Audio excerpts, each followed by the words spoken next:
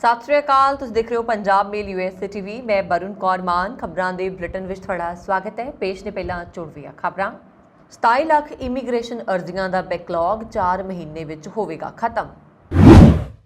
30 ਸਤੰਬਰ ਤੋਂ ਕਰੋਨਾ ਬੰਦਿਸ਼ਾਂ ਖਤਮ ਹੋਣ ਦੇ ਆਸਾਰ ਘਟੇ। ਸੀਰੀਆਈ ਤੱਟ ਨੇੜੇ ਪ੍ਰਵਾਸੀਆਂ ਦੀ ਕਿਸ਼ਤੀ ਪਲਟੀ, 24 ਲੋਕਾਂ ਦੀ ਹੋਈ ਮੌਤ। ਅਮਰੀਕਾ ਦੇ ਰਾਸ਼ਟਰਪਤੀ ਜੋ ਬਾਈਡਨ ਨੇ ਕੌਮਾਂਤਰੀ ਭਾਈਚਾਰੇ ਨੂੰ ਹੜ੍ਹਾਂ ਨਾਲ ਜੂਝ ਰਹੇ ਪਾਕਿਸਤਾਨ ਦੀ ਮਦਦ ਕਰਨ ਦੀ ਕੀਤੀ ਅਪੀਲ। ਅਮਰੀਕਾ ਦੇ ਰਾਸ਼ਟਰਪਤੀ ਬਾਈਡਨ ਵੱਲੋਂ ਭਾਰਤ, ਜਰਮਨੀ ਤੇ ਜਾਪਾਨ ਨੂੰ ਸਥਾਈ ਮੈਂਬਰੀ ਦੇਣ ਦੀ ਵਕਾਲਤ। ਅਮਰੀਕਾ ਦੇ ਸਾਬਕਾ ਰਾਸ਼ਟਰਪਤੀ ਡੋਨਾਲਡ ਟਰੰਪ ਉਹਨਾਂ ਦੇ ਬੱਚਿਆਂ ਖਿਲਾਫ ਨਿਊਯਾਰਕ ਵਿੱਚ ਧੋਖਾਧੜੀ ਦਾ ਮਾਮਲਾ ਦਰਜ। ਅਮਰੀਕਾ ਵਿੱਚ ਮਹਿੰਗਾਈ ਨੇ ਲੋਕਾਂ ਦੀ ਉਡਾਈ ਨੀਂਦ। ਕੈਨੇਡਾ ਦੇ ਵਿੱਚ ਪੁਲਿਸ ਨੂੰ ਦੇਖ ਕੇ ਪੰਜਾਬੀਆਂ ਨੇ ਭਜਾਈ ਗੱਡੀ, ਫਿਲਮੀ ਅੰਦਾਜ਼ ਵਿੱਚ ਘੇਰ ਕਾਬੂ ਕੀਤੇ ਲੜਕਾ ਤੇ ਲੜਕੀ। ਤੇ ਹੁਣ ਇਹਨਾਂ ਖਬਰਾਂ ਦਾ ਵਿਸਥਾਰ ਤੇ ਕੁਝ ਹੋਰ ਖਬਰਾਂ।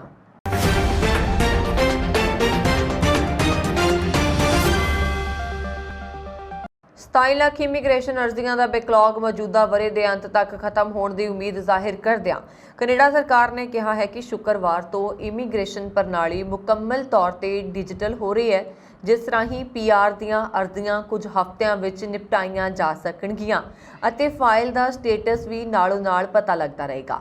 ਨਵੀਂ ਤਕਨੀਕ ਦਾ ਸਭ ਤੋਂ ਵੱਧ ਫਾਇਦਾ ਭਾਰਤੀਆਂ ਨੂੰ ਹੋਏਗਾ, ਜਿਨ੍ਹਾਂ ਨੂੰ ਕੈਨੇਡਾ ਸਰਕਾਰ ਹਰ ਹਫ਼ਤੇ 10,000 ਵੀਜ਼ਾ ਜਾਰੀ ਕਰ ਰਹੀ ਹੈ ਔਰ ਇਮੀਗ੍ਰੇਸ਼ਨ ਅਫਸਰਾਂ ਵੱਲੋਂ ਆਮ ਤੌਰ ਤੇ ਪਹਿਲਾਂ ਆਓ ਦੇ ਆਧਾਰ ਤੇ ਅਰਜ਼ੀਆਂ ਦਾ ਨਿਪਟਾਰਾ ਕੀਤਾ ਜਾਂਦਾ ਹੈ ਅਤੇ ਕਈ ਵਾਰ ਬਿਨੇਕਾਰਾਂ ਵੱਲੋਂ ਪ੍ਰੋਸੈਸਿੰਗ ਵਿੱਚ ਬੇਵਜ੍ਹਾ ਦੇਰ ਹੋਣ ਦੀ ਸ਼ਿਕਾਇਤ ਕੀਤੀ ਜਾਂਦੀ ਹੈ। ਪਰ ਹੁਣ ਕੈਨੇਡਾ ਦੀ PR ਮੰਗਣ ਵਾਲਿਆਂ ਨੂੰ ਸੁਖਾਲਾ ਅਤੇ ਤੇਜ਼ ਰਾਹ ਮਿਲ ਗਿਆ ਹੈ।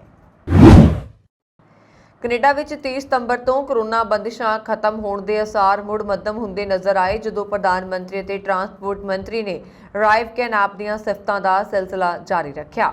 ਨਿਊਯਾਰਕ ਵਿਖੇ ਪੱਤਰਕਾਰਾਂ ਨਾਲ ਗੱਲਬਾਤ ਕਰਦਿਆਂ ਜਸਟਿਨ ਟਰੂਡੋ ਨੇ ਕਿਹਾ ਕਿ ਅਤੀਤ ਵਿੱਚ ਹਰ ਕਦਮ ਸਿਹਤ ਮਾਹਿਰਾਂ ਦੀ ਸਲਾਹ ਮੁਤਾਬਕ ਉਠਾਇਆ ਗਿਆ ਅਤੇ ਹੁਣ ਵੀ ਸਿਹਤ ਮਾਹਿਰਾਂ ਦੀ ਸਿਫਾਰਿਸ਼ ਹੀ ਮੰਨੀ ਜਾਏਗੀ। ਉਧਰ ਟਰਾਂਸਪੋਰਟ ਮੰਤਰੀ ਉਮਰ ਅਲਗਬਰਾ ਨੇ ਕਿਹਾ ਕਿ ਫਿਲਹਾਲ ਬੰਦਿਸ਼ਾਂ ਹਟਾਉਣ ਬਾਰੇ ਕੋਈ ਫੈਸਲਾ ਨਹੀਂ ਲਿਆ ਗਿਆ।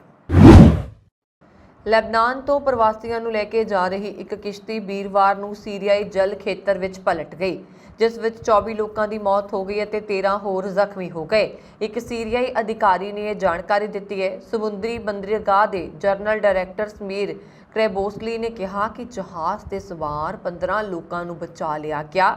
ਉਹਨਾਂ ਨੇ ਕਿਹਾ ਕਿ ਸੀਰੀਆ ਦੇ ਤੱਟੀ ਸ਼ਹਿਰ ਟਾਟਰਸ ਤੇ ਤੱਟ ਨੇੜੇ ਤਲਾਸ਼ੀ ਮੁਹਿੰਮ ਅਜੇ ਵੀ ਜਾਰੀ ਹੈ। ਦੁਰਘਟਨਾ 'ਚ ਬਚੇ ਲੋਕਾਂ ਦੇ ਬਿਆਨਾਂ ਦੇ ਆਧਾਰ ਤੇ ਅਧਿਕਾਰੀ ਨੇ ਕਿਹਾ ਕਿ ਕਿਸ਼ਤੀ ਲੈਬਨਾਨ ਤੋਂ ਕਈ ਦੇਸ਼ਾਂ ਦੇ ਲੋਕਾਂ ਨੂੰ ਲੈ ਕੇ ਜਾ ਰਹੀ ਸੀ ਅਤੇ ਉਹਨਾਂ ਦਾ ਕਿੱਥੇ ਜਾਣ ਦਾ ਇਰਾਦਾ ਸੀ, ਇਸ ਦਾ ਅਜੇ ਤੱਕ ਪਤਾ ਨਹੀਂ ਲੱਗਾ। ਅਮਰੀਕਾ ਦੇ ਰਾਸ਼ਟਰਪਤੀ ਜੋ ਬਾਈਡਨ ਨੇ ਕੌਮਾਂਤਰੀ ਭਾਈਚਾਰੇ ਨੂੰ ਹੜ੍ਹਾਂ ਨਾਲ ਜੂਝ ਰਹੇ ਪਾਕਿਸਤਾਨ ਦੀ ਮਦਦ ਕਰਨ ਦੀ ਅਪੀਲ ਕੀਤੀ ਹੈ। ਉਹਨਾਂ ਨੇ ਕਿਹਾ ਕਿ ਜਲਵਾਯੂ ਪਰਿਵਰਤਨ ਸੰਕਟ ਨਾਲ ਨਜਿੱਠਣ ਦੀ ਲੋੜ ਹੈ, ਕਿਉਂਕਿ ਬਹੁਤ ਸਾਰੇ ਦੇਸ਼ ਇਸ ਦੀ ਲਪੇਟ ਵਿੱਚ ਨੇ। ਬੁੱਧਵਾਰ ਨੂੰ ਸੰਯੁਕਤ ਰਾਸ਼ਟਰ ਮਹਾਸਭਾ ਦੇ 77ਵੇਂ ਸੈਸ਼ਨ ਨੂੰ ਸੰਬੋਧਨ ਕਰਦੇ ਹੋਏ ਬਾਈਡਨ ਨੇ ਕਿਹਾ, ਅਸੀਂ ਸਾਰੇ ਜਾਣਦੇ ਹਾਂ ਕਿ ਅਸੀਂ ਜਲਵਾਯੂ ਸੰਕਟ ਦਾ ਸਾਹਮਣਾ ਕਰ ਰਹੇ ਹਾਂ। ਪਿਛਲੇ ਸਾਲ ਦੀਆਂ ਘਟਨਾਵਾਂ ਤੋਂ ਬਾਅਦ ਕਿਸੇ ਨੂੰ ਇਸ ਤੇ ਸ਼ੱਕ ਨਹੀਂ ਹੋਣਾ ਚਾਹੀਦਾ।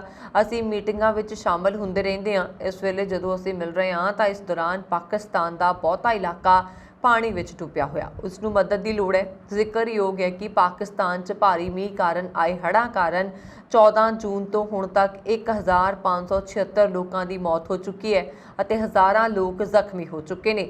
ਪਾਕਿਸਤਾਨ ਪਿਛਲੇ 30 ਸਾਲਾਂ ਵਿੱਚ ਸਭ ਤੋਂ ਭੈੜੀ ਹੜ੍ਹ ਦੀ ਸਥਿਤੀ ਦਾ ਸਾਹਮਣਾ ਕਰ ਰਿਹਾ ਅਤੇ ਦੇਸ਼ ਦਾ 1/3 ਹਿੱਸਾ ਪਾਣੀ ਵਿੱਚ ਹੈ। ਲਗਭਗ 3 ਕਰੋੜ 30 ਲੱਖ ਲੋਕ ਇਸ ਤੋਂ ਪ੍ਰਭਾਵਿਤ ਨੇ ਤੇ ਘਰ, ਫਸਲਾਂ, ਪੁਲ, ਸੜਕਾਂ ਤੇ ਜਾਨਵਰ ਤਬਾਹ ਹੋ ਗਏ ਨੇ। ਹੜ੍ਹ ਕਾਰਨ ਹੁਣ ਤੱਕ $30 ਅਰਬ ਦਾ ਨੁਕਸਾਨ ਹੋਇਆ ਹੈ। ਅਮਰੀਕੀ ਰਾਸ਼ਟਰਪਤੀ ਜੋ ਬਾਈਡਨ ਨੇ ਭਾਰਤ, ਜਰਮਨੀ ਤੇ ਜਾਪਾਨ ਨੂੰ ਸੰਯੁਕਤ ਰਾਸ਼ਟਰ ਸੁਰੱਖਿਆ ਕੌਂਸਲ ਵਿੱਚ ਸਥਾਈ ਨੁਮਾਇੰਦਗੀ ਦੇਣ ਦੀ ਵਕਾਲਤ ਕੀਤੀ ਹੈ। ਵਾਈਟ ਹਾਊਸ ਪ੍ਰਸ਼ਾਸਨ ਨੇ ਸੀਨੀਅਰ ਅਧਿਕਾਰੀ ਨੇ ਕਿਹਾ ਕਿ ਇਸ ਪਾਸੇ ਅਜੇ ਬਹੁਤ ਕੰਮ ਕਰਨ ਦੀ ਲੋੜ ਹੈ।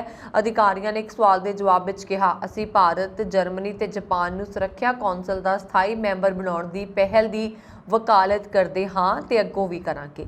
ਵਾਈਡਨ ਨੇ US ਆਮ ਸਭਾ ਦੇ ਇਜਲਾਸ ਨੂੰ ਸੰਬੋਧਨ ਕਰਦਿਆਂ UN ਸੁਰੱਖਿਆ ਕੌਂਸਲ ਵਿੱਚ ਸੁਧਾਰ ਦੀ ਆਪਣੀ ਵਚਨਬੱਧਤਾ ਨੂੰ ਦੁਹਰਾਇਆ ਸੀ।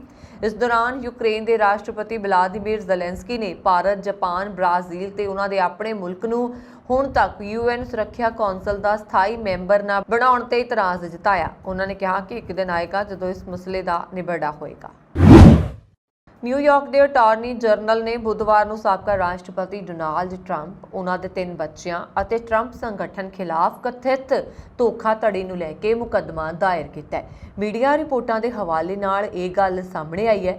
CNN ਦੀ ਇੱਕ ਰਿਪੋਰਟ ਦੇ ਅਨੁਸਾਰ ਡੈਮੋਕ੍ਰੇਟ ਅਟਾਰਨੀ ਜਨਰਲ ਲੈਟੀਆ ਜੇਮਸ ਨੇ 200 ਪੰਨਿਆਂ ਦੇ ਮੁਕੱਦਮੇ ਵਿੱਚ ਦੋਸ਼ ਲਗਾਇਆ ਹੈ ਕਿ ਟਰੰਪ ਨੇ ਆਪਣੀ ਜਾਇਦਾਦ ਤੇ ਗੋਲਫ ਕੋਰਸਾਂ ਸਮੇਤ ਆਪਣੇ ਕਾਰੋਬਾਰ ਦੇ ਖੇਤਰਾਂ ਵਿੱਚ ਧੋਖਾਧੜੀ ਕੀਤੀ ਹੈ। ਮੁਕੱਦਮੇ ਦੇ ਅਨੁਸਾਰ ਟਰੰਪ ਆਰਗੇਨਾਈਜੇਸ਼ਨ ਨੇ ਧੋਖੇਬਾਜ਼ ਮੁਲਾਂਕਣ ਦੀ ਵਰਤੋਂ ਕਰਕੇ ਆਪਣੀਆਂ ਜਾਇਦਾਦਾਂ ਦੇ ਮੁੱਲ ਨੂੰ ਵਧਾ ਕੇ ਰਿਣਦਾਤਿਆਂ, ਬੀਮਾ ਕਰਤਾਵਾਂ ਤੇ ਟੈਕਸ ਅਧਿਕਾਰੀਆਂ ਨੂੰ ਧੋਖਾ ਦਿੱਤਾ ਹੈ। CNN ਦੇ ਅਨੁਸਾਰ ਉਹਨਾਂ ਨੇ ਕਿਹਾ ਕਿ ਵਿੱਤੀ ਸਥਿਤੀ ਦੇ ਬਿਆਨ ਬਹੁਤ ਵਧਾ ਚੜ੍ਹਾ ਕੇ ਕੀਤੇ ਗਏ ਨੇ। ਨਤੀਜੇ ਵਜੋਂ ਅਸੀਂ ਰਾਹਤ ਦੀ ਮੰਗ ਕਰ ਰਹੇ ਹਾਂ ਤੇ ਇਸ ਲਈ ਟਰੰਪ ਆਰਗੇਨਾਈਜੇਸ਼ਨ, ਉਹਨਾਂ ਦਾ ਪਰਿਵਾਰ, ਉਹਨਾਂ ਸਾਰਿਆਂ ਨੂੰ ਜਵਾਬਦੇਹ ਹੋਣਾ ਚਾਹੀਦਾ ਹੈ। ਟਰੰਪ ਦੇ ਬੱਚਿਆਂ ਵਿੱਚੋਂ Donald Trump junior, Eric Trump ਅਤੇ ਇਵਾਂਕਾ ਟਰੰਪ ਨੂੰ ਮੁਕੱਦਮੇ ਵਿੱਚ ਬਚਾਓ ਪੱਖ ਵਜੋਂ ਨਾਮਜ਼ਦ ਕੀਤਾ ਗਿਆ ਹੈ। ਇਸ ਤੋਂ ਇਲਾਵਾ ਟਰੰਪ ਆਰਗੇਨਾਈਜੇਸ਼ਨ ਦੇ ਸਾਬਕਾ CFO ਐਲਨ ਵਿਜ਼ਲਬਰਗ ਅਤੇ ਇੱਕ ਹੋਰ ਲੰਬੇ ਸਮੇਂ ਤੋਂ ਕੰਪਨੀ ਦੇ ਕਾਰਜਕਾਰੀ ਜ਼ੈਫ ਮੈਕਕੌਂਕੀ ਦਾ ਨਾਮ ਵੀ ਲਿਆ ਗਿਆ। CNN ਨੇ ਰਿਪੋਰਟ ਦਿੱਤੀ ਹੈ ਕਿ ਮੁਕੱਦਮੇ ਦੇ ਹਿੱਸੇ ਵਜੋਂ ਜੇਮਸ ਕਥਿਤ ਤੌਰ ਤੇ ਗਲਤ ਢੰਗ ਨਾਲ ਕੀਤੀ ਗਈ ਕਮਾਈ ਦੇ ਰੂਪ ਵਿੱਚ $250 ਮਿਲੀਅਨ ਦੀ ਮੰਗ ਕਰ ਰਿਹਾ ਹੈ ਅਤੇ ਨਿਊਯਾਰਕ ਰਾਜ ਵਿੱਚ ਰਜਿਸਟਰਡ ਇੱਕ ਕਾਰੋਬਾਰ ਦੇ ਡਾਇਰੈਕਟਰ ਵਜੋਂ ਕੰਮ ਕਰ ਰਿਹਾ ਹੈ ਅਤੇ ਮੁਕੱਦਮੇ ਵਿੱਚ ਨਾਮਜ਼ਦ ਬੱਚਿਆਂ ਨੂੰ ਸਥਾਈ ਤੌਰ ਤੇ ਅਜਿਹਾ ਕਰਨ ਤੋਂ ਰੋਕ ਰਿਹਾ ਹੈ। ਉਹ ਟਰੰਪ ਆਰਗੇਨਾਈਜੇਸ਼ਨ ਦੇ ਕਾਰਪੋਰੇਟ ਸਰਟੀਫਿਕੇਟ ਨੂੰ ਰੱਦ ਕਰਨ ਦੀ ਵੀ ਮੰਗ ਕਰ ਰਿਹਾ ਹੈ। ਕੋਰੋਨਾ ਤੋਂ ਬਾਅਦ ਹੁਣ ਤੱਕ ਅਮਰੀਕੀ ਨਾਗਰਿਕ ਮਹਿੰਗਾਈ ਤੋਂ ਪਰੇਸ਼ਾਨ ਨੇ। ਇਹੀ ਕਾਰਨ ਹੈ ਕਿ ਹਰ ਵਿੱਚੋਂ ਇੱਕ ਅਮਰੀਕੀ ਰਾਤ ਨੂੰ ਸ਼ਾਂਤੀ ਨਾਲ ਸੌਣ ਵਿੱਚ ਅਸਮਰੱਥ ਹੈ। ਇਹ ਗੱਲ ਓਯੋ ਯੂਨੀਵਰਸਿਟੀ ਮੈਡੀਕਲ ਸੈਂਟਰ ਦੀ ਤਾਜ਼ਾ ਖੋਜ ਤੋਂ ਸਾਹਮਣੇ ਆਈ ਹੈ। ਖੋਜਕਰਤਾਵਾਂ ਦਾ ਕਹਿਣਾ ਹੈ ਕਿ ਇੱਥੋਂ ਦੇ ਲੋਕ ਇਤਿਹਾਸ ਵਿੱਚ ਹੁਣ ਤੱਕ ਦੇ ਸਭ ਤੋਂ ਵੱਧ ਤਣਾਅ ਵਿੱਚੋਂ ਗੁਜ਼ਰ ਰਹੇ ਨੇ। 68% ਲੋਕ ਤਣਾਅ ਦੇ ਕਾਰਨ ਸੌਣ ਤੋਂ ਅਸਮਰੱਥ ਨੇ। ਅਮਰੀਕੀ ਲੋਕ ਹਫ਼ਤੇ ਵਿੱਚ 3 ਦਿਨ ਇਨਸੋਮੀਆ ਤੋਂ ਪੀੜਤ ਨੇ। ਇੰਟਰ ਮੈਡੀਸਨ ਦੀ ਪ੍ਰੋਫੈਸਰ ਡਾਕਟਰ ਮਨੀਸ਼ਾ ਦਾਸ ਦੇ ਅਨੁਸਾਰ 2018 ਤੋਂ 2021 ਦਰਮਿਆਨ ਨੀਂਦ ਨਾ ਆਉਣ ਦੇ ਮਾਮਲਿਆਂ ਵਿੱਚ 29% ਵਾਧਾ ਹੋਇਆ ਹੈ। ਡਾਕਟਰ ਅਨੀਸਾ ਦਾਸ ਦਾ ਕਹਿਣਾ ਹੈ ਕਿ ਤਣਾਅ ਕਾਰਨ ਦਿਲ ਦੀ ਧੜਕਣ ਦੀ ਦਰ ਵੱਧ ਜਾਂਦੀ ਹੈ। ਗੂਗਲ ਦੇ ਭਾਰਤੀ ਮੂਲ ਦੇ CEO ਸੁੰਦਰ ਪਿਚਾਈ ਨੂੰ ਗਲੋਬਲ ਸਿਟੀਜ਼ਨ ਅਵਾਰਡ ਨਾਲ ਸਨਮਾਨਿਤ ਕੀਤਾ ਗਿਆ।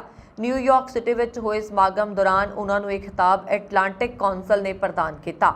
ਸੰਯੁਕਤ ਰਾਸ਼ਟਰ ਮਹਾਸਭਾ ਦੇ ਮੌਕੇ ਤੇ ਆਯੋਜਿਤ ਪੁਰਸਕਾਰ ਸਮਾਰੋਹ 'ਚ 5 ਲੋਕਾਂ ਦਾ ਸਨਮਾਨ ਹੋਇਆ, ਜਿਨ੍ਹਾਂ ਵਿੱਚ ਗੂਗਲ ਦੇ CEO ਸੁੰਦਰ ਪਿਚਾਈ ਵੀ ਸ਼ਾਮਲ ਨੇ। ਉਹਨਾਂ ਤੋਂ ਇਲਾਵਾ ਫਿਨਲੈਂਡ ਦੇ ਰਾਸ਼ਟਰਪਤੀ ਸੌਲੀ ਨੀਨਿਸਟੋ, ਸਵੀਡਿਸ਼ ਪ੍ਰਧਾਨ ਮੰਤਰੀ ਮੈਗਡਾਲੇਨਾ ਐਂਡਰਸਨ ਆਦਿ ਨੂੰ ਵੀ ਸਨਮਾਨਿਤ ਕੀਤਾ ਗਿਆ। ਇਸ ਮੌਕੇ ਜਾਪਾਨ ਦੇ ਸਾਬਕਾ ਪ੍ਰਧਾਨ ਮੰਤਰੀ ਸ਼ਿੰਜੋ ਆਬੇ ਅਤੇ ਇੰਗਲੈਂਡ ਦੀ ਮਹਾਰਾਣੀ ਐਲਿਜ਼ਾਬੈਥ ਨੂੰ ਵੀ ਸ਼ਰਧਾਂਜਲੀ ਭੇਂਟ ਕੀਤੀ ਗਈ।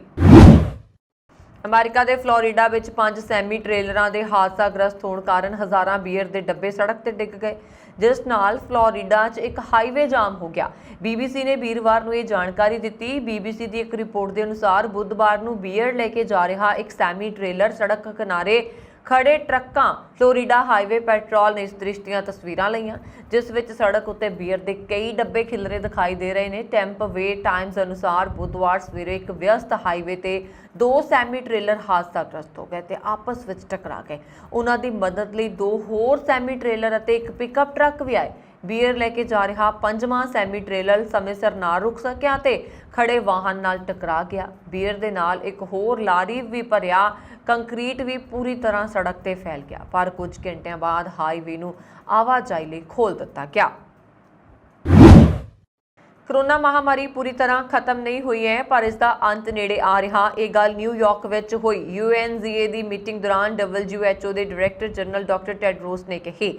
ਉਹਨਾਂ ਨੇ ਆਪਣੀ ਗੱਲ ਦੀ ਸ਼ੁਰੂਆਤ ਇਹ ਕਹਿ ਕੇ ਕੀਤੀ ਕਿ ਇੱਥੇ ਨਿਊਯਾਰਕ ਵਿੱਚ ਸੰਯੁਕਤ ਰਾਸ਼ਟਰ ਮਹਾਸਭਾ 'ਚ ਮੇਰੇ ਤੋਂ ਅਕਸਰ ਪੁੱਛੇ ਜਾਣ ਵਾਲੇ ਸਵਾਲਾਂ ਵਿੱਚੋਂ ਇੱਕ ਇਹ ਹੈ ਕਿ ਅਸੀਂ ਕਿੱਥੇ ਖੜੇ ਹਾਂ, ਕਿ ਮਹਾਮਾਰੀ ਖਤਮ ਹੋ ਗਈ ਹੈ। ਪਿਛਲੇ 2 ਹਫ਼ਤਿਆਂ ਵਿੱਚ ਸਾਡੀਆਂ ਮੀਡੀਆ ਬਰੀਫਿੰਗਾਂ ਵਿੱਚ ਮੈਂ ਕਿਹਾ ਹੈ ਕਿ ਮਹਾਮਾਰੀ ਖਤਮ ਨਹੀਂ ਹੋਈ ਹੈ, ਪਰ ਅੰਤ ਨਜ਼ਰ ਆ ਰਿਹਾ। ਇਹ ਦੋਵੇਂ ਗੱਲਾਂ ਸੱਚ ਨੇ। ਉਹਨਾਂ ਨੇ ਕਿਹਾ ਕਿ ਅੰਤ ਨੂੰ ਦੇਖਣ ਦੇ ਯੋਗ ਹੋਣ ਦਾ ਮਤਲਬ ਇਹ ਨਹੀਂ ਹੈ कि अंत खत्म हो गया। हाँ, ਅਸੀਂ ਪਹਿਲਾਂ ਨਾਲੋਂ ਬਿਹਤਰ ਸਥਿਤੀ ਵਿੱਚ ਹਾਂ। ਮਹਾਮਾਰੀ ਕਾਰਨ ਹਫ਼ਤਾਵਾਰੀ ਮੌਤਾਂ ਦੀ ਗਿਣਤੀ ਲਗਾਤਾਰ ਘਟਦੀ ਜਾ ਰਹੀ ਹੈ ਤੇ ਹੁਣ ਜਨਵਰੀ 2021 ਵਿੱਚ ਆਪਣੇ ਸਿਖਰ ਦੇ ਮੁਕਾਬਲੇ 'ਚ ਇਹ ਕੇਵਲ 10% ਹੈ। ਦੁਨੀਆ ਦੀ 2/3 ਆਬਾਦੀ ਦਾ ਟੀਕਾਕਰਨ ਕੀਤਾ ਗਿਆ ਹੈ, ਜਿਸ ਵਿੱਚ 3/4 ਸਿਹਤ ਕਰਮਚਾਰੀ ਅਤੇ ਬਜ਼ੁਰਗ ਲੋਕ ਸ਼ਾਮਲ ਨੇ। ਅੱਜਕੱਲ ਭਾਰਤ ਹੀ ਨਹੀਂ ਬਲਕਿ ਪੂਰੀ ਦੁਨੀਆ ਦੀਆਂ ਸਾਰੀਆਂ ਸੁਰੱਖਿਆ ਅਤੇ ਜਾਂਚ ਏਜੰਸੀਆਂ ਇਸ ਸਮੇਂ ਇੱਕ ਖਬਰ ਤੋਂ ਪਰੇਸ਼ਾਨ ਨੇ। ਹਾਲ ਹੀ 'ਚ ਦੁਨੀਆ ਦਾ ਸਭ ਤੋਂ ਵੱਡਾ ਡਰੱਗ ਮਾਫੀਆ ਅਮਰੀਕਾ ਦੀ ਜੇਲ੍ਹ 'ਚੋਂ ਰਿਹਾ ਹੋਇਆ। ਇਸ ਡਰੱਗ ਮਾਫੀਆ ਨੂੰ ਤਾਲਿਬਾਨ ਦਾ ਸਭ ਤੋਂ ਖਤਰਨਾਕ ਅਤੇ ਪੂਰੀ ਦੁਨੀਆ ਦੇ ਸਭ ਤੋਂ ਅਮੀਰ ਡਰੱਗ ਮਾਫੀਆ ਕਿਹਾ ਜਾਂਦਾ ਹੈ, ਜਿਸ ਨੂੰ ਅਫਗਾਨਿਸਤਾਨ ਇੱਕ ਡੀਲ ਦੇ ਤਹਿਤ ਅਮਰੀਕੀ ਜੇਲ੍ਹ ਤੋਂ ਰਿਹਾ ਕਰਵਾਉਣ ਵਿੱਚ ਕਾਮਯਾਬ ਹੋਇਆ। ਉਸ ਦੀ ਰਿਹਾਈ ਨਾ ਕੇਵਲ ਭਾਰਤ ਲਈ ਸਗੋਂ ਸਾਰੇ ਮੁਲਕਾਂ ਲਈ ਖਤਰੇ ਦੀ ਘੰਟੀ ਹੈ। ਇਸ ਡਰੱਗ ਮਾਫੀਆ ਦਾ ਨਾਮ ਬਸ਼ੀਰ ਨੂਰਜ਼ੋਈ ਹੈ। ਤਾਲਿਬਾਨ ਨੇ ਨੂਰਜ਼ੋਈ ਨੂੰ ਸਾਲ 2020 ਵਿੱਚ ਬੰਦਕ ਬਣਾਏ ਗਏ ਇੱਕ ਅਮਰੀਕੀ ਇੰਜੀਨੀਅਰ ਮਾਰਕ ਫਰੈਰਿਚ ਦੀ ਰਿਹਾਈ ਦੇ ਬਦਲੇ ਰਿਹਾ ਕੀਤਾ ਗਿਆ ਹੈ। ਨੂਰਜ਼ੋਈ 2005 ਤੋਂ ਅਮਰੀਕਾ 'ਚ ਕੈਦ ਸੀ। ਅਮਰੀਕਾ ਨੇ ਅਫੀਮ ਅਤੇ ਹੈਰੋਇਨ ਦੀ ਤਸਕਰੀ ਲਈ 2009 ਵਿੱਚ ਬਸ਼ੀਰ ਨੂਰਜ਼ੋਈ ਨੂੰ ਉਮਰ ਕੈਦ ਦੀ ਸਜ਼ਾ ਸੁਣਾਈ ਸੀ।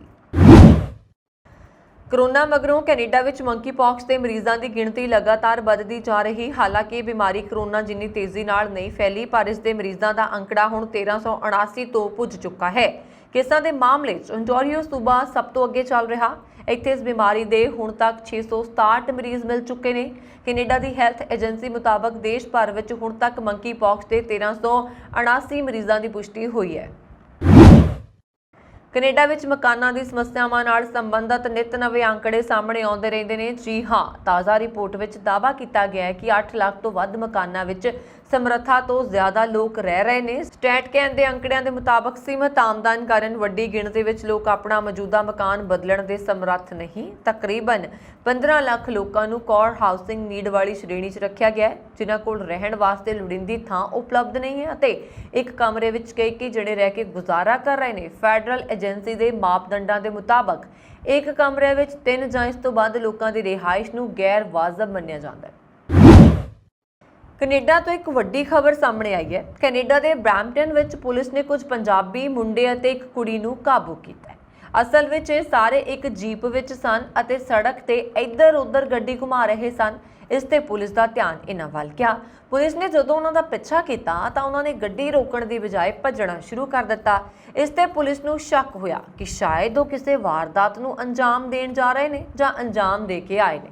ਇਸ ਮਗਰੋਂ ਪੁਲਿਸ ਦੀਆਂ 10-12 ਗੱਡੀਆਂ ਉਹਨਾਂ ਦਾ ਪਿੱਛਾ ਕਰ ਰਹੀਆਂ ਸਨ। ਉਹਨਾਂ ਨੇ ਪਿੱਛਾ ਕਰਦੇ ਹੋਏ ਫਿਲਮੀ ਅੰਦਾਜ਼ ਵਿੱਚ ਗੱਡੀ ਨੂੰ ਘੇਰ ਕੇ ਉਹਨਾਂ ਦੀ ਚੈਕਿੰਗ ਕੀਤੀ। ਚੈਕਿੰਗ ਕਰਨ ਦੀ ਵੀਡੀਓ ਅਤੇ ਤਸਵੀਰਾਂ ਵਾਇਰਲ ਹੋ ਰਹੀਆਂ ਨੇ। ਜਾਣਕਾਰੀ ਮੁਤਾਬਕ ਗੱਡੀ ਵਿੱਚ ਬੈਠੇ ਨੌਜਵਾਨ ਨੇ ਪੁਲਿਸ ਤੇ ਗੱਡੀ ਚੜਾਉਣ ਦੀ ਕੋਸ਼ਿਸ਼ ਕੀਤੀ, ਪਰ ਚੰਗੀ ਕਿਸਮਤ ਨਾਲ ਪੁਲਿਸ ਨੂੰ ਕੋਈ ਨੁਕਸਾਨ ਨਹੀਂ ਪਹੁੰਚਿਆ।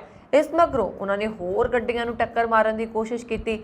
ਇਹ ਲੜਕੇ ਸੜਕ ਤੇ ਗਲਤ ਸਾਈਡ ਗੱਡੀ ਲੈ ਕੇ ਜਾਂਦੇ ਨੇ। ਇਸ ਮਗਰੋਂ ਗੱਡੀ ਇੱਕ ਦਰਖਤ ਵਿੱਚ ਫਸ ਜਾਂਦੀ ਹੈ। ਪੁਲਿਸ ਉਹਨਾਂ ਨੂੰ ਘੇਰ ਕੇ ਗੱਡੀ 'ਚੋਂ ਬਾਹਰ ਕੱਢਦੀ ਹੈ ਅਤੇ ਗ੍ਰਿਫਤਾਰ ਕਰ ਲੈਂਦੀ ਹੈ। ਗੱਡੀ ਵਿੱਚੋਂ ਇੱਕ ਲੜਕੀ ਨੂੰ ਵੀ ਬਾਹਰ ਕੱਢਿਆ ਜਾਂਦਾ ਹੈ। ਪੁਲਿਸ ਇਹ ਪਤਾ ਲਗਾਉਣ ਦੀ ਕੋਸ਼ਿਸ਼ ਕਰ ਰਹੀ ਹੈ ਕਿ ਅਜਿਹਾ ਕਰਨ ਪਿੱਛੇ ਉਹਨਾਂ ਦਾ ਅਸਲ ਮਕਸਦ ਕੀ ਸੀ। ਪੁਲਿਸ ਨੇ 2 ਪੰਜਾਬੀ ਲੜਕੇ ਗ੍ਰਿਫਤਾਰ ਕੀਤੇ ਨੇ। ਪੁਲਿਸ ਨੇ ਇਹਨਾਂ ਨੂੰ ਰੋਕਣ ਲਈ ਫਾਇਰ ਵੀ ਕੀਤੇ ਸੀ, ਪਰ ਇਹਨਾਂ ਨੌਜਵਾਨਾਂ ਨੇ ਗੱਡੀ ਨਹੀਂ ਰੋਕੀ। 80 ਸਾਲ ਪਹਿਲਾਂ ਦੂਸਰੀ ਵਿਸ਼ਵ ਜੰਗ ਮੌਕੇ ਕੈਨੇਡਾ ਹਵਾਈ ਫੌਜ ਦੇ ਹਾਦਸਾਗ੍ਰਸਤ ਹੋਏ ਜਹਾਜ਼ ਦਾ ਮਲਬਾ ਨਦੀ 'ਚੋਂ ਮਿਲਿਆ ਹੈ। Royal Canadian air force B-24 ਲਿਬਰੇਟਰ bomber ਨਾਮਕ ਜਹਾਜ਼ ਨੇ ਸਤੰਬਰ 1942 'ਚ ਨਿਊ ਫਾਊਂਡਲੈਂਡ ਤੋਂ ਉਡਾਣ ਭਰੀ ਸੀ ਤੇ ਕੁਝ ਸਮਾਂ ਬਾਅਦ ਹੀ ਜਹਾਜ਼ ਹਾਦਸਾਗ੍ਰਸਤ ਹੋ ਕੇ ਜ਼ੈਂਡਰ ਝੀਲ 'ਚ ਜਾ ਕੇ ਡਿੱਗਿਆ। 56 ਕਿਲੋਮੀਟਰ ਲੰਬਾਈ ਵਾਲੀ ਜ਼ੈਂਡਰ ਝੀਲ 'ਚੋਂ ਅੰਤਰਰਾਸ਼ਟਰੀ ਖੋਜੀਆਂ ਦੇ ਡਬੋਲੀਆ ਦੀ ਟੀਮ ਕਈ ਸਾਲਾਂ ਤੋਂ ਇਸ ਜਹਾਜ਼ ਦਾ ਮਲਬਾ ਲੱਭਣ ਦੀ ਕੋਸ਼ਿਸ਼ ਕਰ ਰਹੀ ਸੀ। ਇਸ ਟੀਮ ਵਿੱਚ ਬ੍ਰਿਟਿਸ਼ ਕੋਲੰਬੀਆ ਦੇ ਸ਼ਹਿਰ ਸੈਨਿਕ ਦੇ ਵੀ 2 ਡਬੋਲੀਏ ਸ਼ਾਮਲ ਸਨ, ਜਿਨ੍ਹਾਂ ਨੂੰ 155 ਫੁੱਟ ਡੂੰਘੇ ਪਾਣੀ 'ਚ ਪਏ ਮਲਬੇ ਦਾ ਸਭ ਤੋਂ ਪਹਿਲਾਂ ਪਤਾ ਲੱਗਾ। ਰਾਇਲ ਕੈਨੇਡੀਅਨ ਜਿਓਗ੍ਰਾਫਿਕ ਸੁਸਾਇਟੀ ਅਤੇ ਸਪ੍ਰੈਕ ਪ੍ਰੀਜ਼ਰਵੇਸ਼ਨ ਸੁਸਾਇਟੀ ਨਿਊਫਾਊਂਡਲੈਂਡ ਦੇ ਮੈਂਬਰਾਂ ਨੇ ਮਲਬੇ ਦੀ ਪਛਾਣ ਕੀਤੀ ਅਤੇ ਕੈਨੇਡੀਅਨ ਫੌਜ ਦੇ ਅਧਿਕਾਰੀਆਂ ਨੂੰ ਸੌਂਪ ਦਿੱਤਾ। ਪਿਛਲੇ ਦਿਨੀ ਸਰੀ 'ਚ ਸਟੱਡੀ ਪਰਮਿਟ ਅਤੇ ਵਿਜ਼ਟਰ ਵੀਜ਼ਾ ਤੇ ਆਏ ਕੁਝ ਪੰਜਾਬੀ ਨੌਜਵਾਨਾਂ ਵੱਲੋਂ ਇੱਕ ਪੁਲਿਸ ਅਫਸਰ ਨੂੰ ਘੇਰ ਕੇ ਹੁੱਲੜਬਾਜ਼ੀ ਕਰਨ ਦੀ ਘਟਨਾ ਦਾ ਗੰਭੀਰ ਨੋਟਿਸ ਲੈਂਦਿਆਂ ਜਿੱਥੇ ਪੁਲਿਸ ਵੱਲੋਂ ਜਾਂਚ ਕੀਤੀ ਜਾ ਰਹੀ ਹੈ, ਉੱਥੇ ਪੰਜਾਬੀ ਵਿਦਿਆਰਥੀਆਂ ਵੱਲੋਂ ਇੱਕ ਪਹਿਲ ਕਰਦਿਆਂ ਪੁਲਿਸ ਨਾਲ ਤਾਲਮੇਲ ਬਣਾ ਕੇ ਕੈਨੇਡਾ 'ਚ ਨਵੇਂ ਆ ਰਹੇ ਵਿਦਿਆਰਥੀਆਂ ਨੂੰ ਕੈਨੇਡਾ ਦੇ ਕਾਨੂੰਨ ਬਾਰੇ ਮੁੱਢਲੀ ਜਾਣਕਾਰੀ ਦੇ ਕੇ ਇੱਥੋਂ ਦੇ ਕਾਨੂੰਨ ਪ੍ਰਤੀ ਜਾਗਰੂਕ ਕਰਨ ਦੀ ਵਿਵਸਥਾ ਕੀਤੀ ਗਈ ਹੈ। ਸਥਾਨਕ ਕੁਆਂਟਲੰਟਨ ਪੋਲੀਟੈਕਨਿਕ ਯੂਨੀਵਰਸਿਟੀ ਦੀ ਕੁਆਂਟਲੰਟਨ ਸਟੂਡੈਂਟਸ ਐਸੋਸੀਏਸ਼ਨ ਦੇ ਵਿਦਿਆਰਥੀ ਆਗੂਆਂ ਨੇ ਦੱਸਿਆ ਕਿ ਵੱਡੀ ਗਿਣਤੀ 'ਚ ਪੰਜਾਬੀ ਨੌਜਵਾਨ ਕੈਨੇਡਾ ਆ ਰਹੇ ਨੇ, ਪਰ ਨਵੇਂ ਦੇਸ਼ ਦੇ ਸਿਸਟਮ ਬਾਰੇ ਜ਼ਿਆਦਾ ਜਾਣਕਾਰੀ ਨਾ ਹੋਣ ਕਾਰਨ ਕੁਝ ਸ਼ਰਾਰਤੀ ਨੌਜਵਾਨ ਥਾਂ-ਥਾਂ ਤੇ ਕੈਨੇਡਾ ਦੇ ਕਾਨੂੰਨ ਦੀ ਉਲੰਘਣਾ ਕਰਦੇ ਨੇ ਤੇ ਨਤੀਜੇ ਵਜੋਂ ਸਾਰੇ ਪੰਜਾਬੀ ਭਾਈਚਾਰੇ ਦਾ ਅਕਸ ਖਰਾਬ ਹੁੰਦਾ ਹੈ। ਇਸ ਸਮੇਂ ਸਾਰਜੈਂਟ ਜੈਸ ਜ਼ਾਹਿਲ ਨੇ ਐਮਰਜੈਂਸੀ ਵੇਲੇ ਪੁਲਿਸ ਨਾਲ ਸੰਪਰਕ ਕਰਨ ਦੇ ਤਰੀਕੇ ਦੱਸਦਿਆਂ ਕਿਹਾ ਕਿ ਇੱਥੋਂ ਦੇ ਸਿਸਟਮ ਦੀ ਪੂਰੀ ਸਮਝ ਨਾ ਹੋਣ ਕਰਕੇ ਹੀ ਬਹੁਤੇ ਵਿਦਿਆਰਥੀ ਕੈਨੇਡਾ 'ਚ ਆਪਣਾ ਭਵਿੱਖ ਖਰਾਬ ਕਰ ਬੈਠਦੇ ਨੇ, ਨਸ਼ਿਆਂ ਦੀ ਦਲਦਲ ਦੇ ਵਿੱਚ ਫਸਦੇ ਨੇ। ਬਹੁਤੇ ਵਿਦਿਆਰਥੀ ਵੀ ਸਮਾਂ ਰਹਿੰਦਿਆਂ ਗਲਤ ਅਨਸਰਾਂ ਦੇ ਹੱਥ ਚੜ ਜਾਂਦੇ ਨੇ। रूस के राष्ट्रपति व्लादिमीर पुतिन अपने ही देश विच घिरे हुए ने। पुतिन ने यूक्रेन के 4 खेतरां विच 3 लाख रिजर्व सैनिकों की तैनाती का ऐलान किया। इस हुक्म तो बाद रिजर्व सैनिक देश छड्ड के भज रहे ने। रिजर्व टुकड़ियां की तैनाती नूं लैके चोटी के कमांडर भी वंडे हुए ने। रूस के कई शहरों के हवाई अड्डियां, बसां ते रेलवे स्टेशनों ते देश छड्डण वाले रिजर्व सैनिकों की भीड़ है। टिकटां के रेट कई गुणा वध गए ने। रिजर्व सैनिकों नूं फौजी अड्डे ते लियाउण लई बस उन्हां दे घरां नूं भेजीआं जा रहीआं ने। बहुत सारे रिजर्व सैनिक घरां दे फ्रिजां विच लुक गए, उन्हां नूं जबरी बाहर कढिया जा रहा। रूस विच मास्को, सेंट पीटर्सबर्ग समेत 10 शहरां विच प्रदर्शन जारी ने। कई शहरां विच पुलिस ने प्रदर्शनकारियों ते लाठियां नाल हमला कीता ते हवा विच गोलियां चलाईआं। 4000 तो वध लोकां नूं गिरफ्तार किया गया। रिजर्व सैनिक फिनलैंड, जार्जिया, मोंटेनैग्रो और तुर्की वाल भेज रहे हैं। इन्हां देशां विच रूसियां नूं वीजे की लोड़ नहीं है। रूसी रिजर्व सैनिकों के परिवारां नूं परेशान किया जा रहा है। उन्हां दे परिवार भी दूसरे शहरां विच चले गए ने। प्रदर्शन विच रिजर्व सैनिक नारे लगा रहे हैं कि भावें सानूं बुच्चड़खाने च भेज दिओ, पर यूक्रेन के मोर्चे विच नहीं जाणगे। यूक्रेन के राष्ट्रपति व्लादिमीर ज़ेलेंस्की ने विश्व भाईचारे नूं रूस नूं उसदे हमले लई सज़ा देण दी अपील की है। इस दे नाल ही अपने देश का एक हिस्सा वापस लैण दा वादा किया। जिक्रयोग है कि रूस ने अपनी कार्रवाई वधाउण दा फैसला किया। रूस के राष्ट्रपति व्लादिमीर पुतिन ने बुधवार नूं यूक्रेन दे नाल लगभग 7 महीनों की लड़ाई विच झटकिਆਂ तो बाद लगभग 3 लाख रिजर्व सैनिकों की अशंक तैनाती का ऐलान किया। इस दे नाल ही उन्होंने इसनूं रूस की प्रभु सत्ता लई जरूरी दसदे हुए दोष लगाया सी कि पश्चिमी देश उन्हां दे देश नूं तबाह करन दी कोशिश कर रहे हैं। इस तो थोड़ी देर बाद ही ज़ेलेंस्की ने संयुक्त राष्ट्र जनरल असैंबली नूं एक वीडियो संदेश विच कहा कि यह घोषणा इस गल का सबूत है कि रूस युद्ध नूं खत्म करन लई गलबात करन लई तैयार नहीं सी। इस दे नाल ही उन्होंने जोर दे के कहा कि जित उन्हां दे देश की होएगी। राष्ट्रपति ने कहा कि एक बार फिर देश के हर हिस्से विच यूक्रेन का झंडा लहरावांगे। असीं ये हथियारां दे दम ते कर सकदे हां, पर सानूं कुछ समां लगेगा। ज़ेलेंस्की ने इस संबंध विच कोई विस्तृत चर्चा नहीं की। हालांकि इसने जोर दे दिता है कि रूस द्वारा कोई भी पहलकदमी चीज़ों नूं लटकाउण दा केवल एक बहाना है ਅਤੇ रूस की कार्रवाई उसके इरादिਆਂ ਨੂੰ स्पष्ट करती है। ईरान विच लोग हिजाब के विरोध विच उतर आए ने। 16 सितंबर तो शुरू होया विरोध अजे भी जारी है। इस धरने विच औरतां दे नाल मर्द भी शामिल होए ने। हुणे 15 शहरां विच फैल गया। पुलिस अते प्रदर्शनकारियों विचकार हिंसक झड़पां हो रहीआं ने। पुलिस ने अंदोलनकारी लोकां नूं रोकण दे लई गोलियां चलाईआं। वीरवार नूं गोलीबारी विच 3 प्रदर्शनकारी मारे गए। 5 दिनों च मरण वालियां दी गिणती 31 हो गई है। सैकड़े लोग जख्मी होए ने। मामला 13 सितंबर नूं शुरू होया। उदों ईरान दी मॉरल पुलिस ने 22 साला लड़की महसा अमीनी नूं हिजाब ना पाउण करके गिरफ्तार किया। उसकी लाश 3 दिनों बाद 16 सितंबर नूं परिवार नूं सौंप दिती गई। ये मामला सोशल मीडिया राहीं लोकां तक पहुंचिया अते हुण तक ये विवाद 31 लोकां दी जान लै चुक्या है। माशा दे पिता ने कहा है एक न्यूज़ चैनल दे नाल गलबात करदिआं कि पुलिस अते सरकार सिर्फ झूठ बोल रही है। मैं अपनी धी की जान बख्शण दे लई उन्हां दे अगे गिड़गड़ाउंदा रहा। जदों मैं उसकी लाश देखी तां पूरी तरह ढकी हुई सी। सिर्फ चेहरा अते लत्तां ही दिखाई दे रही सन। उसके पैरों ते भी सट्टां दे निशान सन। ईरानी औरतां हिजाब ला के प्रदर्शन कर रही ने। विरोध तो अक गई सरकार ने इंटरनेट बंद कर दिता है। अंदोलन विच हिस्सा लैण वालियां ज़्यादातर औरतां स्कूल कॉलेज दीआं स्टूडेंट्स ने। वो सड़कों पर आके सरकार नूं खुली चुनौती दे रही ने। मीडिया रिपोर्टां मुताबक हुण तक 1000 तो वध लोकां नूं गिरफ्तार किया जा चुका है। इस दे बावजूद देश के हर वड्डे शहर विच नैतिक पुलिस अते हिजाब विरुद्ध प्रदर्शन जारी ने। ਈਰਾਨ ਦੇ ਰਾਸ਼ਟਰਪਤੀ ਇਬਰਾਹਿਮ ਰਾਈਸੀ ਨੇ ਵੀਰਵਾਰ ਨੂੰ ਇੱਕ ਅਮਰੀਕੀ ਮਹਿਲਾ ਪੱਤਰਕਾਰ ਦੇ ਨਾਲ ਇੱਕ ਇੰਟਰਵਿਊ ਰੱਦ ਕਰ ਦਿੱਤੀ ਕਿਉਂਕਿ ਉਸਨੇ ਹਿਜਾਬ ਪਹਿਨਣ ਤੋਂ ਇਨਕਾਰ ਕਰ ਦਿੱਤਾ ਸੀ। ਈਰਾਨ ਵਿੱਚ ਹਿਜਾਬ ਕਾਨੂੰਨ ਦੇ ਵਿਰੁੱਧ ਵੱਡੇ ਵਿਰੋਧ ਦੇ ਸਮੇਂ ਕੁਝ ਦਿਨ ਪਹਿਲਾਂ ਇੱਕ ਔਰਤ ਨੂੰ ਹਿਜਾਬ ਐਕਟ ਦਾ ਵਿਰੋਧ ਕਰਨ ਤੇ ਪੁਲਿਸ ਹਿਰਾਸਤ 'ਚ ਲਿਆ ਗਿਆ, ਜਿੱਥੇ ਉਸਦੀ ਮੌਤ ਹੋਈ। ਤੁਹਾਨੂੰ ਦੱਸ ਦਈਏ ਕਿ CNN ਪੱਤਰਕਾਰ ਕ੍ਰਿਸਚੀਅਨ ਨੇ ਦੁਬਾਰਾ ਹਿਜਾਬ ਪਹਿਨਣ ਤੋਂ ਇਨਕਾਰ ਕਰਨ ਤੋਂ ਬਾਅਦ ਈਰਾਨ ਦੇ ਰਾਸ਼ਟਰਪਤੀ ਇਬਰਾਹਿਮ ਰਾਈਸੀ ਦਾ ਨਿਰਧਾਰਤ ਇੰਟਰਵਿਊ ਅਚਾਨਕ ਰੱਦ ਕਰ ਦਿੱਤਾ ਗਿਆ। ਅਮਨਪੁਰ ਨੇ ਟਵੀਟ ਕੀਤਾ ਕਿ ਉਸਨੂੰ ਹਿਜਾਬ ਪਹਿਨਣ ਲਈ ਕਿਹਾ ਗਿਆ, ਪਰ ਉਸਦੇ ਇਨਕਾਰ ਕਰਨ ਤੋਂ ਬਾਅਦ ਇੰਟਰਵਿਊ ਰੱਦ ਕਰ ਦਿੱਤੀ ਗਈ। ਉਹਨਾਂ ਨੇ ਦੱਸਿਆ ਕਿ ਇੰਟਰਵਿਊ ਦੌਰਾਨ ਰਾਸ਼ਟਰਪਤੀ ਨਾਲ ਦੇਸ਼ ਵਿੱਚ ਹੋ ਰਹੇ ਵਿਰੋਧ ਪ੍ਰਦਰਸ਼ਨਾਂ, ਪੁਲਿਸ ਹਿਰਾਸਤ ਵਿੱਚ ਇੱਕ ਔਰਤ ਦੀ ਮੌਤ ਸਮੇਤ ਕਈ ਘਟਨਾਵਾਂ ਬਾਰੇ ਚਰਚਾ ਕੀਤੀ ਜਾਣੀ ਸੀ। CNN ਪੱਤਰਕਾਰ ਨੇ ਟਵੀਟ ਕੀਤਾ, ਸੰਯੁਕਤ ਰਾਸ਼ਟਰ ਮਹਾਸਭਾ ਲਈ ਨਿਊਯਾਰਕ ਦੌਰੇ ਦੌਰਾਨ ਰਾਸ਼ਟਰਪਤੀ ਰਾਈਸੀ ਅਮਰੀਕਾ 'ਚ ਪਹਿਲੀ ਇੰਟਰਵਿਊ ਲਈ ਜਾ ਰਹੇ ਸਨ। ਇੰਟਰਵਿਊ ਲਈ ਸਾਰੀਆਂ ਤਿਆਰੀਆਂ ਹੋ ਚੁੱਕੀਆਂ ਸੀ। ਉਹਨਾਂ ਨੇ ਕਿਹਾ ਕਿ ਉਸਨੇ ਇੰਟਰਵਿਊ ਲਈ 40 ਮਿੰਟ ਤੱਕ ਇੰਤਜ਼ਾਰ ਕੀਤਾ, ਪਰ ਰਾਸ਼ਟਰਪਤੀ ਨੇ ਇੰਟਰਵਿਊ ਰੱਦ ਕਰ ਦਿੱਤੀ।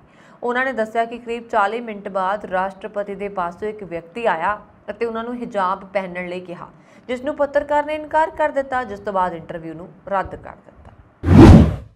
उत्तराखंड स्थित गुरुद्वारा श्री हेमकुंड साहिब की यात्रा होर सुखाली होएगी। इसलिए उत्तराखंड सरकार वालों कई उपराले किए जा रहे हैं। इस तहत ही गुरुद्वारा हेमकुंड साहिब के नेड़े किसी भी हंगामी स्थिति नाल नजिठण ते बचाव कारजां विच सौख लई एक हैलीपैड बनाया गया है। इस तो इलावा गुरुद्वारा साहिब श्री हेमकुंड साहिब यात्रा लई रोपवे का काम भी छेती शुरू होने की संभावना है। ये जानकारी गुरुद्वारा श्री हेमकुंड साहिब मैनेजमेंट ट्रस्ट के मीत प्रधान नरिंदरजीत सिंह बिंद्रा ने उत्तराखंड के राजपाल लैफ्टिनेंट जनरल गुरमीत सिंह नाल मुलाकात दौरान सांझी की है। बिंद्रा ने दस्सिया कि राजपाल नूं मिले सन ते उन्हां नूं हेमकुंड साहिब यात्रा ते यात्रा मार्ग लई चल रहे निर्माण कारजां बारे जानकारी दित्ती गई।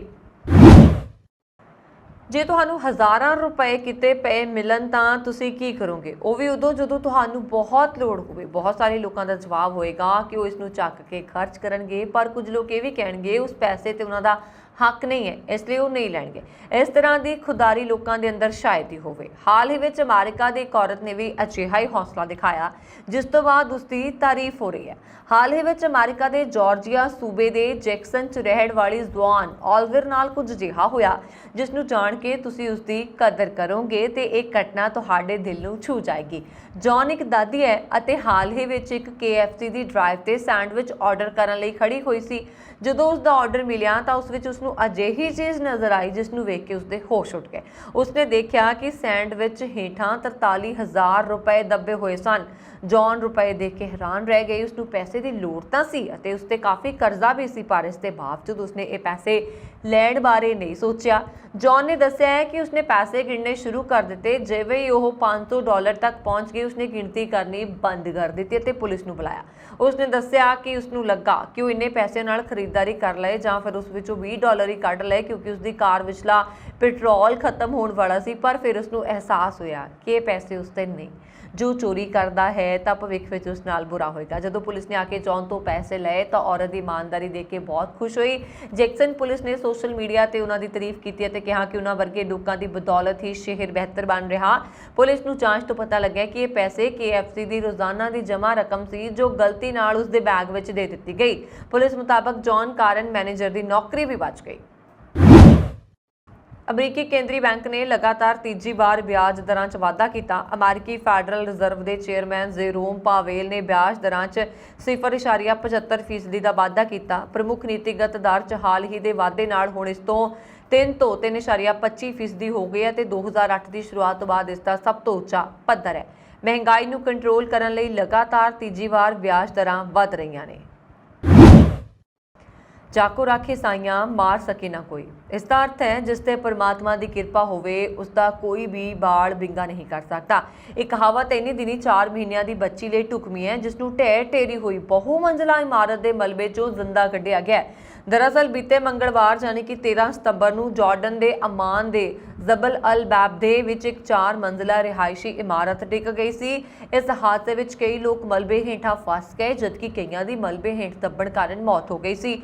ਪਰ ਉੱਥੇ ਮੌਜੂਦ 4 ਮਹੀਨੇ ਦੀ ਬੱਚੀ ਦਾ ਬਾਲ ਵੀ ਵਿੰਗਾ ਨਾ ਹੋਇਆ। ਦੱਸਿਆ ਜਾ ਰਿਹਾ ਕਿ ਇਮਾਰਤ ਡਿੱਗਣ ਦੇ ਕਰੀਬ 30 ਘੰਟੇ ਬਾਅਦ ਮਲਬੇ ਹੇਠੋਂ 4 ਮਹੀਨੇ ਦੀ ਬੱਚੀ ਨੂੰ ਜ਼ਿੰਦਾ ਬਾਹਰ ਕੱਢਿਆ ਗਿਆ, ਜਿਸ ਨੂੰ ਦੇਖ ਕੇ ਹਰ ਕੋਈ ਹੈਰਾਨ ਰਹਿ ਗਿਆ।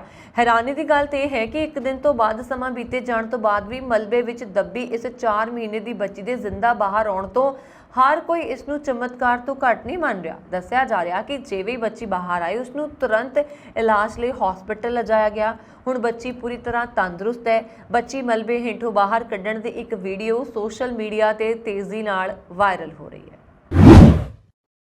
ਪਾਕਿਸਤਾਨ ਦੇ ਸਾਬਕਾ ਪ੍ਰਧਾਨ ਮੰਤਰੀ ਇਮਰਾਨ ਖਾਨ ਵੀਰਵਾਰ ਨੂੰ ਇਸਲਾਮਾਬਾਦ ਹਾਈ ਕੋਰਟ ਵਿੱਚ ਪੇਸ਼ ਹੋਏ ਅਤੇ ਇੱਕ ਮਹਿਲਾ ਜੱਜ ਖਿਲਾਫ ਆਪਣੀ ਵਿਵਾਦਤ ਟਿੱਪਣੀ ਲਈ ਮੁਆਫੀ ਮੰਗਣ ਦੀ ਇੱਛਾ ਜ਼ਾਹਿਰ ਕੀਤੀ।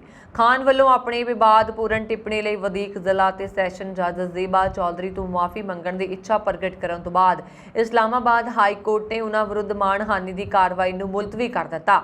ਅਦਾਲਤ ਨੇ 69 ਸਾਲਾ ਖਾਨ ਨੂੰ ਅਧਿਕਾਰਤ ਤੌਰ ਤੇ ਮਹਿਲਾ ਜੱਜ ਦੇ ਖਿਲਾਫ ਵਿਵਾਦਤ ਟਿੱਪਣੀ ਕਰਨ ਲਈ ਮਾਣਹਾਨੀ ਦੀ ਕਾਰਵਾਈ ਦਾ ਦੋਸ਼ੀ ਠਹਿਰਾ ਸਕਦੀ ਸੀ। 20 ਅਗਸਤ ਨੂੰ ਰਾਜਧਾਨੀ ਵਿੱਚ ਇੱਕ ਰੈਲੀ ਦੌਰਾਨ ਖਾਨ ਨੇ ਆਪਣੇ ਸਹਿਯੋਗੀ ਸ਼ਹਬਾਜ਼ ਗਿੱਲ ਨਾਲ ਦੁਰਵਿਵਹਾਰ ਨੂੰ ਲੈ ਕੇ ਉੱਚ ਪੁਲਿਸ ਅਧਿਕਾਰੀਆਂ, ਚੋਣ ਕਮਿਸ਼ਨ ਅਤੇ ਸਿਆਸੀ ਵਿਰੋਧੀਆਂ ਵਿਰੁੱਧ ਕੇਸ ਦਰਜ ਕਰਨ ਦੀ ਧਮਕੀ ਦਿੱਤੀ ਸੀ। ਗਿੱਲ ਨੂੰ ਦੇਸ਼ ਧਰੋਹ ਦੇ ਦੋਸ਼ ਹੇਠ ਗ੍ਰਿਫਤਾਰ ਕੀਤਾ ਸੀ। ਉਹਨਾਂ ਨੇ ਜੱਜ ਜ਼ੀਬਾ ਚੌਧਰੀ ਤੇ ਉਸਦੇ ਫੈਸਲੇ ਤੇ ਇਤਰਾਜ਼ ਜਤਾਇਆ, ਜਿਸ ਵਿੱਚ ਉਹਨਾਂ ਨੇ ਗਿੱਲ ਨੂੰ 2 ਦਿਨ ਦੀ ਹਿਰਾਸਤ ਵਿੱਚ ਭੇਜਣ ਦੀ ਪੁਲਿਸ ਨੂੰ ਬੇਨਤੀ ਨੂੰ ਸਵੀਕਾਰ ਕਰ ਲਿਆ ਸੀ ਅਤੇ ਕਿਹਾ ਸੀ ਕਿ ਉਹਨਾਂ ਨੂੰ ਤਿਆਰ ਰਹਿਣਾ ਚਾਹੀਦਾ ਹੈ ਕਿਉਂਕਿ ਉਹਨਾਂ ਵਿਰੁੱਧ ਵੀ ਕਾਰਵਾਈ ਕੀਤੀ ਜਾਏਗੀ। ਭਾਸ਼ਣ ਦੇ ਕੁਝ ਘੰਟਿਆਂ ਬਾਅਦ ਖਾਨ ਤੇ ਆਪਣੀ ਰੈਲੀ ਵਿੱਚ ਪੁਲਿਸ ਨਿਆਂਪਾਲਿਕਾ ਤੇ ਰਾਜ ਦੀਆਂ ਹੋਰ ਸੰਸਥਾਵਾਂ ਨੂੰ ਧਮਕਾਉਣ ਦੇ ਦੋਸ਼ ਵਿੱਚ ਅੱਤਵਾਦ ਰੋਕੂ ਐਕਟ ਦੇ ਤਹਿਤ ਮਾਮਲਾ ਦਰਜ ਕੀਤਾ ਗਿਆ ਸੀ। ਬ੍ਰਿਟੇਨ ਦੀ ਪ੍ਰਧਾਨ ਮੰਤਰੀ ਲਿਜ਼ ਟਰਸ ਨੇ ਰੂਸੀ ਰਾਸ਼ਟਰਪਤੀ ਵਲਾਦੀਮੀਰ ਪੁਤਿਨ ਤੇ ਯੂਕਰੇਨ ਵਿਰੁੱਧ ਆਪਣੀ ਅਸਫਲ ਫੌਜੀ ਮੁਹਿੰਮ ਨੂੰ ਬਚਾਉਣ ਲਈ ਹਮਲਾਵਰ ਧਮਕੀਆਂ ਦੇਣ ਦਾ ਦੋਸ਼ ਲਗਾਇਆ। ਟਰਸ ਦੇ ਸੰਯੁਕਤ ਰਾਸ਼ਟਰ ਨੂੰ ਆਪਣੇ ਪਹਿਲੇ ਸੰਬੋਧਨ ਵਿੱਚ ਇਸ ਗੱਲ ਵੱਲ ਇਸ਼ਾਰਾ ਕਰਨ ਦੀ ਸੰਭਾਵਨਾ ਹੈ ਕਿ ਸ਼ਕਤੀ ਸੰਪੰਨ ਦੇਸ਼ਾਂ ਦੇ ਹਮਲਾਵਰ ਰਵੱਈਏ ਕਾਰਨ ਗਲੋਬਲ ਸੰਸਥਾ ਤੇ ਸੰਸਥਾਪਕ ਸਿਧਾਂਤ ਖਤਰੇ 'ਚ ਨੇ। ਸੰਯੁਕਤ ਰਾਸ਼ਟਰ ਜਨਰਲ ਅਸੈਂਬਲੀ ਨੂੰ ਆਪਣੇ ਪਹਿਲੇ ਸੰਬੋਧਨ ਵਿੱਚ ਟਰਸ ਯੂਕਰੇਨ ਯੁੱਧ ਦਾ ਹਵਾਲਾ ਦੇਗੀ ਅਤੇ ਇਸ ਨੂੰ ਸਾਡੀਆਂ ਕਦਰਾਂ ਕੀਮਤਾਂ ਅਤੇ ਸੰਸਾਰ ਦੀ ਸੁਰੱਖਿਆ ਲਈ ਲੜਾਈ ਦੇ ਰੂਪ ਵਿੱਚ ਵਰਣਨ ਕਰੇਗੀ। ਇਹ ਸਨ ਹੁਣ ਤੱਕ ਦੀਆਂ ਖਬਰਾਂ। ਮੈਨੂੰ ਵਰੁਣ ਕੌਰ ਮਾਨ ਨੂੰ ਦਿਓ ਆਗਿਆ। ਹੋਰ ਖਬਰਾਂ ਦੇ ਲਈ ਸਾਡਾ YouTube ਚੈਨਲ ਪੰਜਾਬ ਮੇਲ USA TV ਜ਼ਰੂਰ ਸਬਸਕ੍ਰਾਈਬ ਕਰੋ। ਸਤਿ ਸ਼੍ਰੀ ਅਕਾਲ।